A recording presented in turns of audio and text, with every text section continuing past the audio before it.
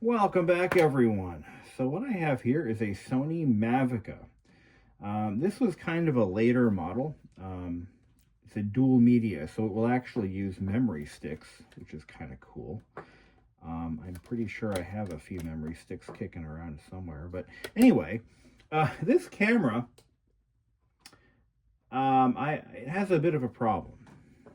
It's not terrible, but it's something we can work with. This is a 2 megapixel, believe it or not. Pretty nice little camera for its time. I believe this camera was made sometime in 2004. According to the serial number on here, this was in-house. This actually came from my employer. It's 22004007, and I believe that is 2004. It's the FD200. Anyway, it's developed a little problem. So if I put a floppy in, I have a battery for. I think this is a brand new battery, actually. Put a disc in, right? Disc protect. I'm glad I did it. Now, if I take the disc out and reinsert it a couple of times, eventually it works. So, what I want to do today is I want to fix that problem without dismantling it. So, I went and I bought this. This is Deoxit D100L. Actually, I'm lying. I didn't buy this for the camera. I bought it for my business. I use this actually in a few various... Actually, it works really well in micro switches. And that handy needle applicator is quite handy. But I want to see if I can get this stuff into the floppy, into the floppy drive. I can apply it to those two little micro switches. Let me bring my light down here. There we go. We can get a good angle in there. So the nice thing about this problem is those two little micro switches. One of them is your write protect switch and the other one is your disk capacity switch. So it can determine whether it's a 1.44 meg or a 720K diskette. Now, because it uses Windows file formats, those are the two sizes, okay? And I don't know if I can get the camera in this shot, or get the shot in the camera, but I'm going to just hold that open with my little pry bar here, and we're going to zoom in, and we're going to take a look. If I could just get the lighting just right. I'm going to pull my lamp back here, and you can actually see. Now, the micro switch that is the problem is going to be this one right here, where my finger is. And if I take another... where are all my little... There they are. Take another tool. I'll just use this one. And I just stick it right here.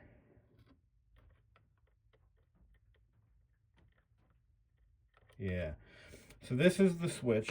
And what we're going to do is we're going to take a little bit of deoxit and we're going to drop it right there.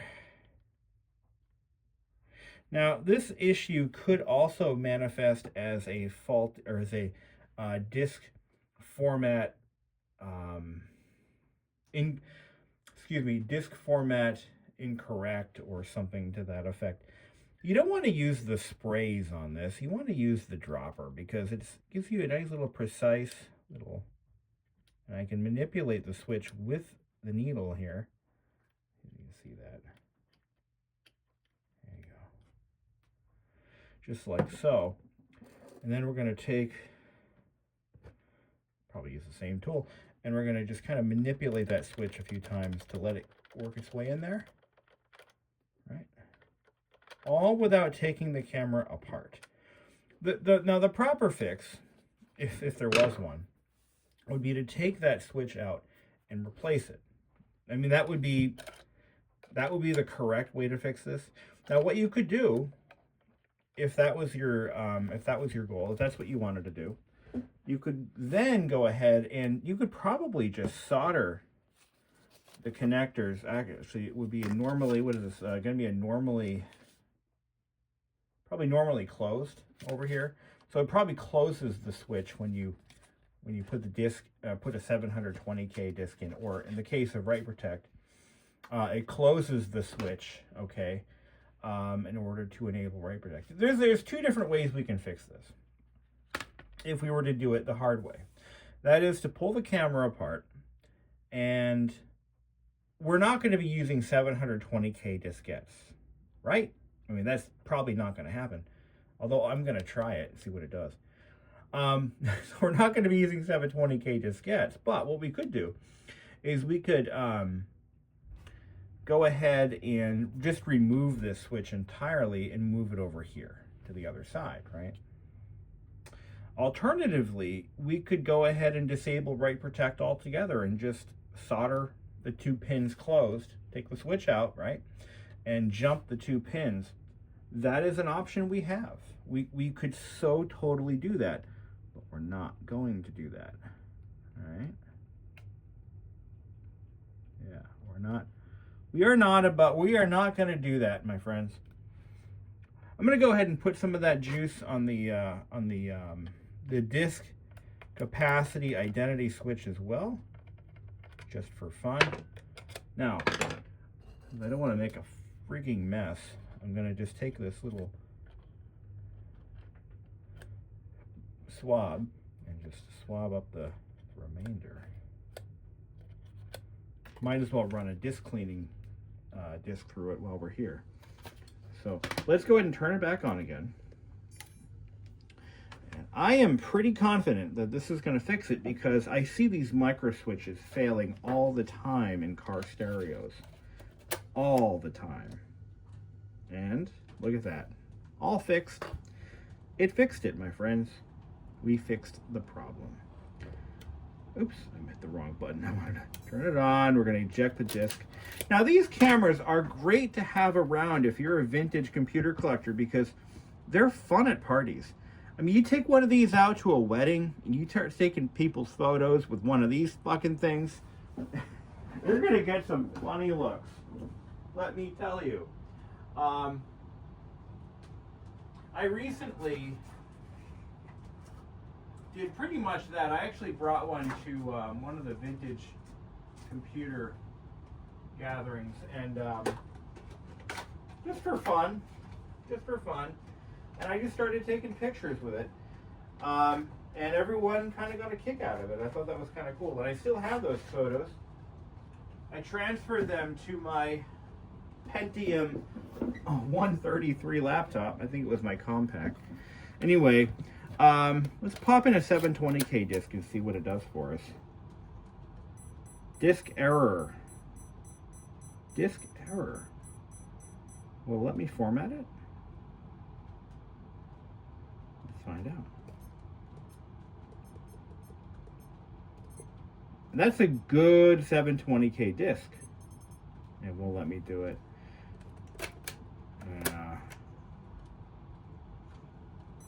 No, it doesn't like it. Doesn't like my 720K discs, which really kind of sucks because, I mean, well, you know what I'm thinking? So they probably used a floppy drive from another product in this rather than design it from whole cloth. And it actually, or they just left that switch in there so that it will identify it and say, sorry, too small. Because you could probably maybe fit one photo on that disc if you're lucky. It also has a movie mode, which is bonkers because it's storing on a floppy disk. But this is the MVC FD200. This, I think, was like the end of the line for the floppy drive models. And then they had the they had the CD version. And then I think they did a DVD handy cam kind of thing.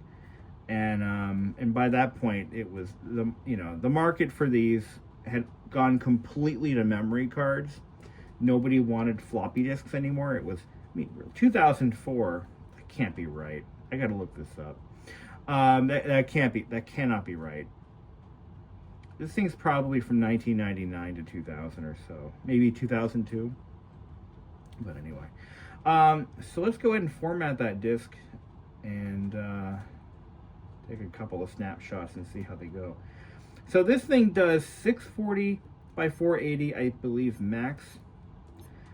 And let's see, image size. No, I'm sorry, it'll do 1600 by 1200. I didn't realize that. That is impressive. That is actually, it's very impressive. And I'm going to go to setup. It has video out, so you can plug in a video output here. This is, I mean, I gotta say, I kind of miss electronics like this because they're, you know, it meant something. You spend, to have something like this meant you really, you buckled down, you spent a little bit of cash, and you got yourself a nice little, you know, I don't know.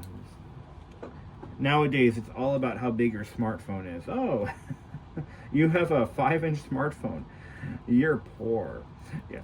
Anyway, you have a Samsung? Oh, gosh. Oh, I have an iPhone. You know, it's all about your eye. In other words, see, back in the day, a lot of folks would buy things like this as status symbols, you know, because they were expensive. I mean, this was a lot of money. This was a couple hundred, this is about $400, maybe $500. I'm going to look it up and see if I can find it, actually. You know, it was, yeah, it was a, you know what it is the 90s and the 2000s were certainly a time to be alive. And if you weren't there, it's kind of hard to explain, you know. Sony FDC 200. When was that produced? Somebody apparently had a brand new one. Let's see. There's a wiki article on this. The FD200. 1600 by 1200. 2002. So it is very possible that it could actually be 2004 as to when it was purchased. So, these were the final floppy disk Mavicas in the series begun in 1997 with the Mavica FD5 and FD7. So yeah, that was pretty much, this is pretty much it. Now the CyberShot was the camera that took over for these. I probably should have mentioned that earlier.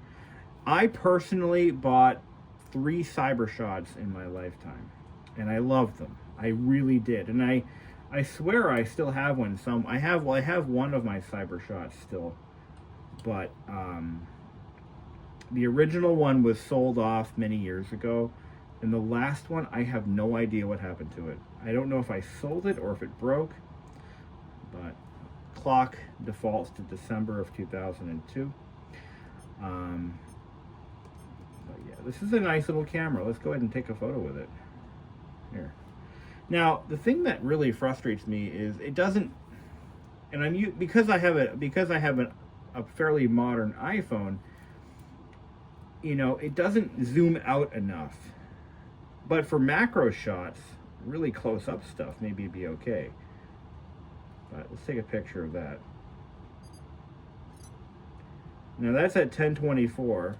Now I think it can only fit one of those images on the disk. Okay, it says 4. Is that 4 on it or 4 total? Here, let's try another one. I'm gonna go ahead and pop that image up on my oh, look, there's Oreo. Let's go get a shot of Oreo.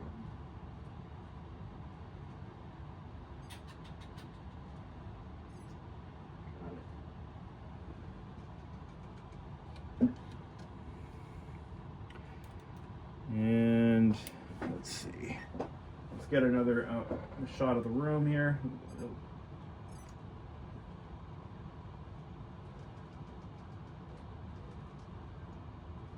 Now this is at high quality, so this is pretty interesting. It looks like I can fit quite a few images on that disc. All right.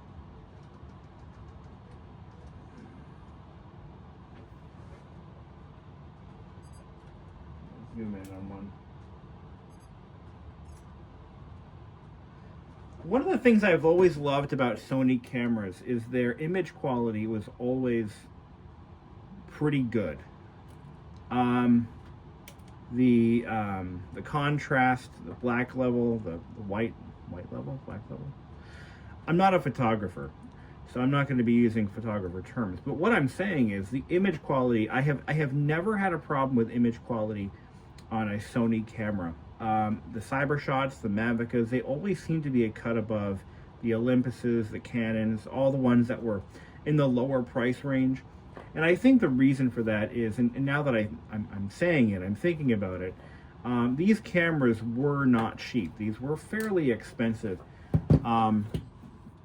In fact, I never did find the original MSRP. Let's see if I can't find that. I'm going to say somewhere over 400 bucks, I think was about it. FD200 was $500 when it was released. So, okay, I was actually pretty close.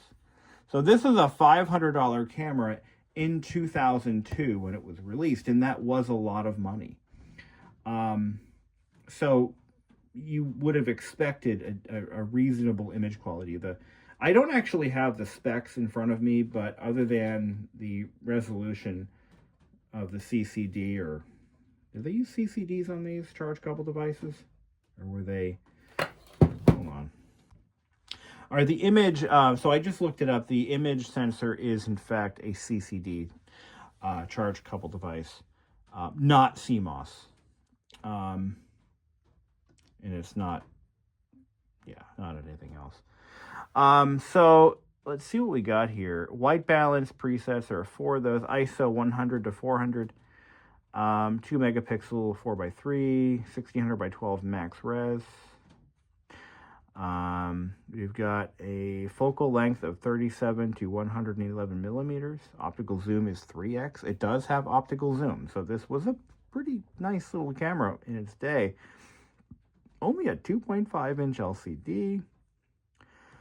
But gosh, the fact that it still works. And does this have a new battery or not? Because I actually bought some new batteries for a couple of my old cameras here, just because I can, And I think that's I think this is actually a brand new battery, as of last year. Let's see. Get this thing out. I know I put a pull tab on it at one point. This is a K-Star lithium ion. So this battery really is only about a year old. About a year old now. Came with a charger too. There is no charger plug on this, or is there? It does have a direct transfer through USB. Actually, I'm going to try to connect this to my Mac and see if I can transfer directly from the camera. I want to see if that works. I know that it does if you're using a memory stick, but I want to see if it transfers. There is a DC in port, so you can charge it with the battery in situ, and there is a tripod mount on the bottom. But looks like we fixed our little problem with the floppy controller, or the floppy drive. So now that it correctly detects the right protect position every time. Let's see how these images look on the Mac.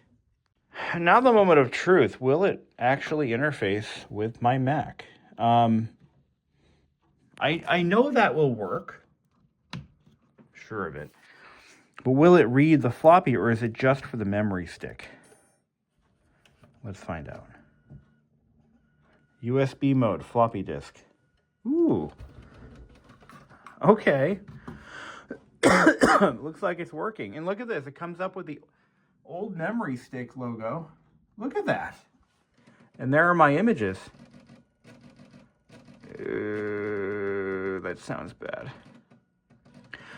Oh, it is important to note that this floppy drive reads at 4 times the speed. Listen to it.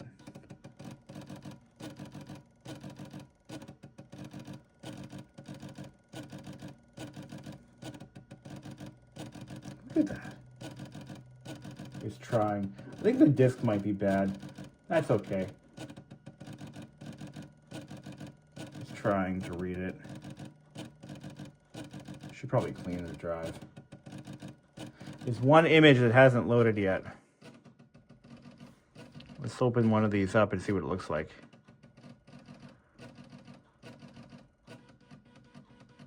Look at that.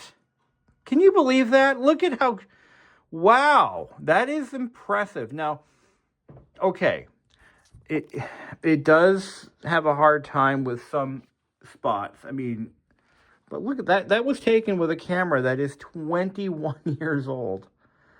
I'm impressed. 21-year-old camera. I took this picture a couple days ago. Look at this. Now, this is done at low quality. You can see it once I blow it up like this. That's a low-res image. Now, the ones I just took in the basement were done at a higher resolution. So let's open up this one. I already opened that one. Here's Oreo. Look at this.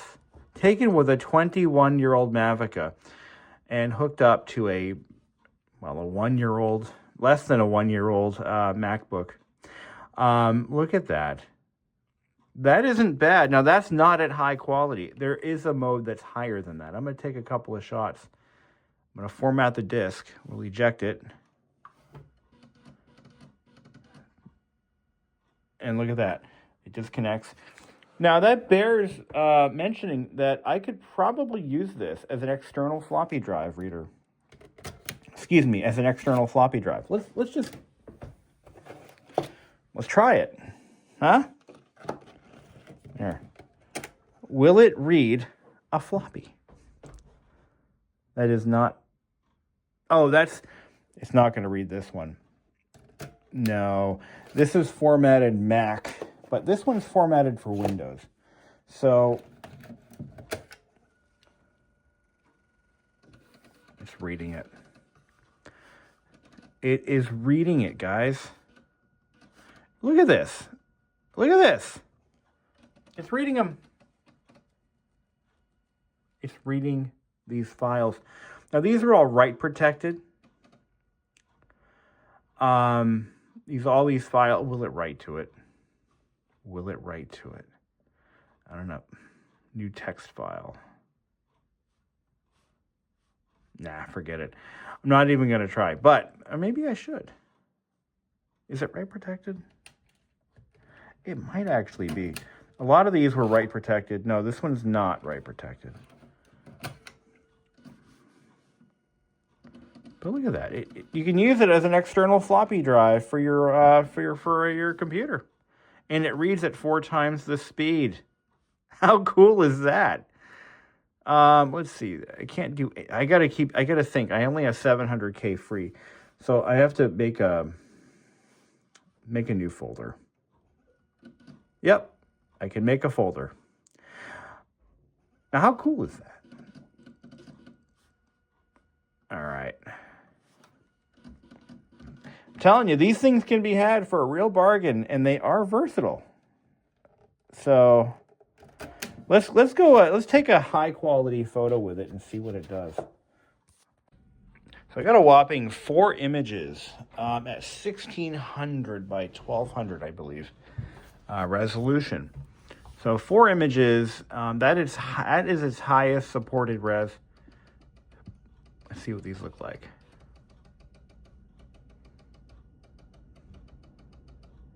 I took a couple of them. That disc is probably going bad. Yeah, there's always one. Oh, no, it got them all. So here we go. What's this? Oh, this was done at low light. So, okay, that's going to matter a little bit. But this is my cat, our cat, Butter Boy. Just sitting on the bed. All right. That's not impressive. I'd like to see better than that. Here's me holding an orange in the kitchen. Now, these were done with the flash off. Now, that's not terrible. I mean, so there isn't like a good, better, best quality mode. My older Mavica actually has a good, better, best.